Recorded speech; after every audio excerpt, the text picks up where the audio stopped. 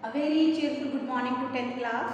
बेटे आज हम टॉपिक करेंगे हमारा what did liberal nationalism stand for, यानी कि उदारवादी राष्ट्रवादी के क्या मायने थे। अब देखो बेटे, आपने प्रीवियस वीडियो के लेक्चर के अंदर समझा कि लिबरल एजुकेटेड जो थे ना, वो बेसिकली क्या चाहते थे, लिबरलाइज्म चाहते थे। लिबरलिज्म का मतलब यहाँ पर क्या है बेटे, देखो what did liberalism stand for, यानी कि उदारवादी का अर्थ यहाँ पर क्या है। ये बेटा एक लैटिन भाषा का शब्द है जिसका मीनिंग क्या है बेटे, फ्रीडम। फ्रीडम किसके लिए, फ्रीडम फॉर इंडिविजुअल, व्यक्ति को क्या मिले, स्वतंत्रता मिले।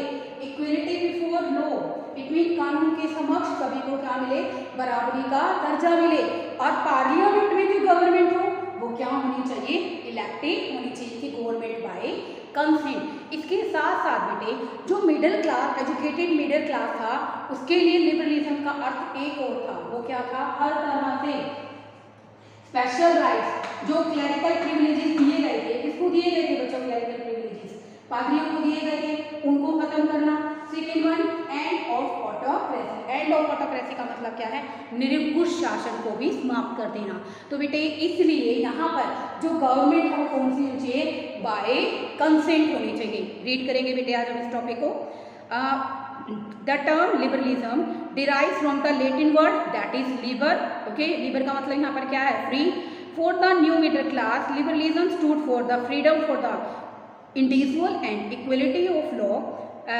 इक्वलिटी बिफोर द लॉ, यानी कि कानून के समक्ष सभी को क्या मिलनी चाहिए, बराबरी मिलनी चाहिए। अगर हम बात करें पॉलिटिकली, इस बात को भी बेटे पूरी तरह से एम्फसाइज किया गया कि जो गवर्नमेंट है it is elected by the people, यानी कि गवर्नमेंट बाय द कंसेंट होनी चाहिए। कंसेंट का मतलब यहाँ पर क्या है कि सहमति से बनी हुई होनी चाहिए, ठीक है ना।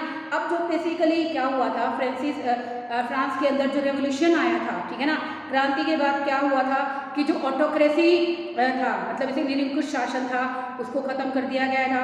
विशेष अधिकार है उसकी समाप्ति होनी चाहिए। और जो बेटे हमारा पार्लियामेंट है वहाँ पर इलेक्टेड पर्सन ही होने चाहिए, ठीक है। And 19th century liberals also stress the inviolability of private property. इसका मतलब क्या है, यहाँ पर अगर हम बात करें 19th सेंचुरी के अंदर लिबरल्स इस बात पर भी स्ट्रेस देते थे, दबाव देते थे कि हमारे लिए जो हमारी निजी संपत्ति है उन पर हमारा जो ओनरशिप है उसको भी क्या कर देना चाहिए, कंपल्सरी कर देना चाहिए। ऐसा कुछ नहीं होना चाहिए कि सरकार को या राज्य को कोई घर समझ में आ गया, वो घर उसने ले लिया, नहीं। इसके लिए वो किस बात पर स्ट्रेस देते थे कि जो हमारी निजी संपत्ति है उन पर हमारी ओनरशिप को भी क्या कर दे, कंपल्सरी कर देना चाहिए। Yet equality before the law did not necessarily stand for universal suffrage. Equality before law का मतलब क्या है, कानून के समक्ष बराबरी का अर्थ ये नहीं है कि सभी को मत का अधिकार मिले, यानी कि वोटिंग राइट्स मिले। सफरेज का मतलब क्या होता है बच्चों, मताधिकार, सबको वोटिंग राइट्स मिले। You will recall that in revolutionary France which marked the first political experiment in liberal democracy, the right to vote and to get elected was granted exclusively to property owning man। आपको बेटे 19th century के अगर France revolution की बात करते हैं, जो French revolution आपने 9th क्लास के अंदर पढ़ा है, तो बेटी वहाँ पर क्या था कि लिबरलिज्म का एक एक्सपेरिमेंट किया गया था। वहाँ पर लोगों को मताधिकार दिए गए थे, लेकिन जो मताधिकार दिए गए थे बेटे बेसिकली कहा था वहाँ पर मत देने का अधिकार और सिलेक्ट होने का अधिकार केवल उन्हीं लोगों के पास था जिनके पास क्या थी बेटे, प्रॉपर्टी थी, ठीक है। अब आगे पढ़ो बेटे, इसमें man without property and all women were excluded from political rights. देखो बेटे, जिन वो मनुष्य मतलब बेसिकली वो मेल मेंबर्स जिनके पास प्रॉपर्टी नहीं है और महिलाओं को वोटिंग राइट से वंचित रखा गया था। इसके साथ साथ and only for a brief period under the Jacobin did all adult males enjoy suffrage. लेकिन बेटे बेसिकली क्या था, केवल थोड़े समय के लिए जब जैकोबिन क्लब का शासन आया था ना बेटे, तो उन्होंने सभी अडल्ट के लिए जो कि व्यस्त हैं सभी पुरुषों को मताधिकार दे दिया था, चाहे उनके पास प्रॉपर्टी थी या नहीं थी। लेकिन बेटे फिर क्या हुआ, नेपोलियन बोनापार्ट आया, उसने फिर से क्या कर दिया, लिमिटेड कर दिया सफरेज को।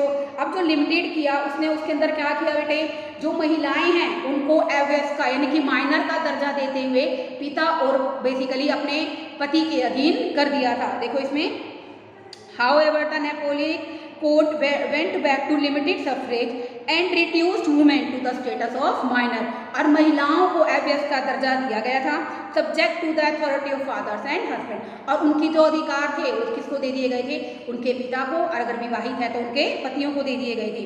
And throughout the 19th and early 20th century women and non-propertied men organized opposition movements demanding equal political rights। तो आपने देखा बेटे 19th सेंचुरी के अंदर क्या हुआ, और 20वीं सदी के स्टार्टिंग में उन महिलाओं ने जिनके पास वोटिंग राइट्स नहीं थे और वो पुरुष जिनके पास संपत्ति नहीं थी, उन्होंने भी अपने पॉलिटिकल राइट्स की डिमांड करनी शुरू कर दी कि हमें भी सफरेज मताधिकार का अधिकार दिया जाए। अब हम बात करते हैं, तो हमने बात करी बेटे पॉलिटिकल एरा के अंदर कि क्या क्या चेंजेस आए, ठीक है। अब हम बात करते हैं इकोनॉमिकली चेंज के बारे में। In the economic shaper liberalism stood for freedom of market and abolition of state impose restrictions on the movement of goods and capital. अधिकार क्षेत्र में लिबरलिज्म का मीनिंग क्या था, बाजार को मुक्ति देना, जो अननेसेसरी कंट्रोल मार्केट पर लगाए गए थे, अननेसेसरी स्टेट रिस्ट्रिक्शंस लगाए गए थे, उनको खत्म कर देना था इन ऑन द, ताकि इसके कारण क्या हो सके, मूवमेंट ऑफ कैपिटल, कैपिटल यानी कि पूंजी, पूंजी आ जा सके, कोई भी कहीं भी कैपिटल लगा सके, कोई भी कहीं से गुड्स और सर्विस को खरीद और बेच सके। And during the 19th century this was a strong demand of the emerging middle class. ये मिडिल क्लास की बेटा एक बहुत इंपॉर्टेंट और बहुत, अगर हम बात करें, बहुत मजबूत या जोरदार मांग थी। Let us take an example, इसको हम लोग एग्जांपल की सहायता से समझेंगे बच्चों। German speaking region in the first half of 19th century, इसका मतलब क्या है, अगर हम इसमें एक एग्जांपल लेंगे बेटे 19th सेंचुरी के अंदर जर्मन बोलने वाले लोग, भाषा बोलने वाले लोगों का एग्जांपल ले रहे हैं यहाँ पर हम। नेपोलियन, यहाँ पर बेटे जो जर्मन स्पीकर्स थे बेटा 19th सेंचुरी में, Napoleon administrative measures had created out of, यहाँ पर बेटे जो नेपोलियन था बेटे उसने क्या किया था, अनकाउंटेड यानी कि अनगिनत छोटे छोटे प्रदेशों को मिलाकर यहाँ पर बेटे उसने क्या किया था, 39 कन्फेडरेशन का मतलब क्या है, महासंघ बना लिया था, ठीक है ना। यहाँ पर बच्चों हम लोग एग्जाम्पल पढ़ रहे हैं 19th सेंचुरी के अंदर जर्मन भाषी इलाकों का हम एग्जाम्पल पढ़ रहे हैं जहाँ पर लोग जर्मन भाषा बोल रहे थे। नेपोलियन ने बेटे अपनी एडमिनिस्ट्रेटिव स्टेप्स के कारण क्या किया, अनकाउंटेड छोटे छोटे प्रदेश थे उनसे उसने क्या किया था, 39 राज्यों का कन्फेडरेशन का मतलब क्या है, एक महासंघ बना लिया था। Each of these possessed its own currency, और हर एक की करेंसी अलग थी, अपने अपने वेट से मापने के, नापतोल के अपने अपने तरीके थे।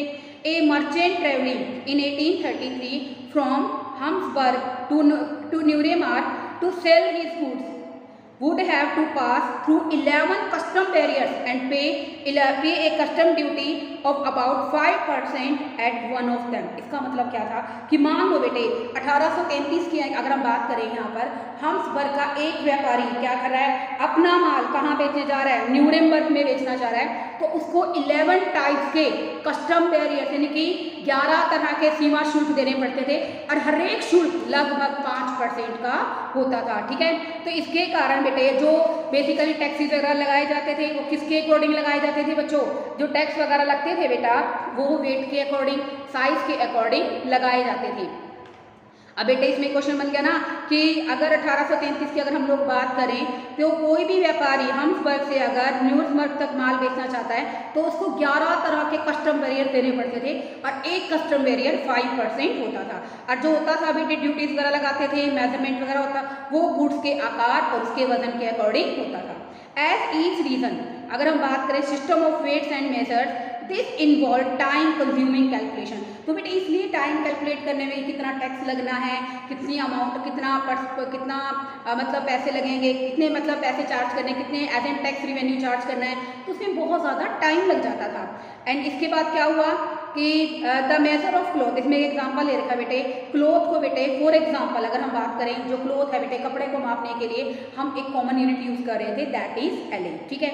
जिसका बेटे क्या होता था कि जैसे रीजन क्षेत्र बदल गया ना तो उसकी लंबाई भी कम ज़्यादा हो जाती थी, क्योंकि कपड़े को आप लोग मीटर सेंटीमीटर में मेजरमेंट करते हैं। तो यहाँ पर बेटे कपड़े को मापने के लिए कॉमन यूनिट थी एल, और जिसमें सबसे बड़ा डिफॉल्ट क्या था कि जैसे आप एक क्षेत्र से दूसरे क्षेत्र में गए, वहाँ आपके कपड़े की लंबाई कुछ और नजर आ रही है, और वहाँ दूसरी जगह आपके कपड़े की लंबाई क्या होती थी, अलग होती थी। तो इसलिए बेटे जगह बदलने के स्थान पर साथ साथ क्या होता था, कपड़े की लंबाई कम ज़्यादा हो जाती थी। तो सोचो कितना मुश्किल होता होगा, ठीक है ना। अगर मान लो एक जो कपड़ा एलए कपड़ा उसने खरीदा है फ्रैंकफर्ट में खरीदा है, तो बेटा उसकी लंबाई कितनी है 54.7 सेंटीमीटर है। अगर मेंज की बात करें तो 55.1 हो गई, न्यूरेमबर्ग की बात करें तो 65.6 सेंटीमीटर हो गई। तो ये तो अपने आप में बहुत ही ज़्यादा डिफिकल्ट था, चाहे बेशक एलए एक कॉमन यूनिट है, लेकिन बेटे रीजन के साथ साथ उसकी लंबाई भी क्या हो रही थी, अलग हो रही थी। तो बेटा वहाँ पर जो ट्रेडर्स थे बेटे उनकी डिमांड क्या थी, एक यूनिफॉर्म टैक्स स्ट्रक्चर होना चाहिए। यहाँ पर कहने का अर्थ क्या है कि अगर आप क्या चाहते हो, इकोनॉमिकली अपलिफ्टमेंट चाहते हो, तो बेसिकली ये टैक्सेस बैरियर्स क्या कर देनी चाहिए, हटा देने चाहिए। देखो इसमें such conditions were viewed as obstacles to economic exchange and growth by the new commercial classes who argued for the creation of unified economic territory allowing the unhindered movement of goods, services, capital and people. देखो बेटे नया जो commercial class हमारे सामने आया, जो क्या चाहता था, आर्थिक विनिमय, इकोनॉमिक एक्सचेंज चाहता था, ठीक है ना। उसने क्या माना कि इकोनॉमिक एक्सचेंज करने के लिए और डेवलपमेंट के लिए जो अननेसेसरी टैक्स लगा रखे हैं बेटा, ये एक तरह से क्या है, बाधा है। अगर चाहते हैं कि हमारे इकोनॉमी के अंदर गुड्स की, सर्विसेज की, कैपिटल की मूवमेंट ईजिली हो, तो हमें इनको टैक्सेस वगैरह को क्या कर देना चाहिए, जो प्रॉब्लम्स क्रिएट कर रहे हो टैक्सेस वगैरह को हटा देना चाहिए, ठीक है। इन 1834 एक कस्टम यूनियन, अगर हम बात करें बेटे 1834 के अंदर, इस लाइन को अंडरलाइन भी करो बेटे, 1834 के अंदर प्रशा ने बेटा एक बेसिकली एक यूनियन बनाई जिसका नाम क्या था बेटे, जोलवेराइन। क्या नाम था, जोलवेराइन, जिसके अंदर बेटे बहुत सारे जर्मन स्टेट्स क्या हो गए थे, शामिल हो गए थे। इसने किया क्या था, इसकी वर्किंग क्या थी बेटे जोलवेराइन की, इसने बेटा basically the union abolish tariff barriers, basically tariff barrier से उन सबको खत्म कर दिया। और जो करेंसीज थी ना बेटे 30 के आसपास थी, उनको कितनी कर दिया बेटे, 2 कर दिया था, ठीक है ना। भी 2 ही करेंसीज में डीलिंग करेंगे। And the creation of network of railway further stimulated mobility and harnessing the economic interest of nation unification. अब देखो बेटे यहाँ पर इसने क्या कहा कि अब ये बेसिकली जोलवेराइन संघ बनाया गया था बेटे 1834 में, प्रशा ने किया था, जिसमें जर्मन स्टेट्स इंक्लूड हो गए थे। इनकी फंक्शनिंग क्या थी बेटा, इन्होंने जितने भी शुल्क लगे हुए थे, टैक्सेस वगैरह, उन सबको खत्म कर दिया था। और जो मनी यानी कि मुद्रा की जो बेसिकली अगर हम बात करें टाइप थे, कितने टाइप की थी बेटा, 30 तरह की थी, उनकी संख्या भी 2 कर दी थी, ठीक है। इसके अलावा बेटे जो रेलवे का नेटवर्क था बेटे, उसने अपने मूवमेंट को इंक्रीज किया और एकीकरण को बढ़ावा दिया। तो इस तरह से बेटा अगर हम बात करें जो हमारे जो इकोनॉमिक नेशनलिज्म था, उसने भी नेशनलिज्म को क्या किया, प्रमोट किया। तो बेटे आई होप आपको बहुत अच्छे तरीके से समझ में आया होगा। इसको समझने के बाद आप मुझे एक बात का जवाब दीजिए कि 1833 के अंदर जो जोलवेराइन को इस्टेब्लिश किया गया था, किसकी पहल से, यानी कि किसने इसको इन्वेंट किया था, यानी कि किसने इसको कनेक्ट किया था। दोबारा से सुनिए बेटे क्वेश्चन। इन 1834 कॉमन यूनियन यानी कि फॉर्म किया गया था, ठीक है ना, जिसका नाम क्या था, जोलवेराइन। किसकी रिकमेंडेशन पर इसको स्टार्ट किया गया था। आई होप बेटे आपको बहुत अच्छे तरीके से समझ में आ रहा होगा। Okay, thank you students.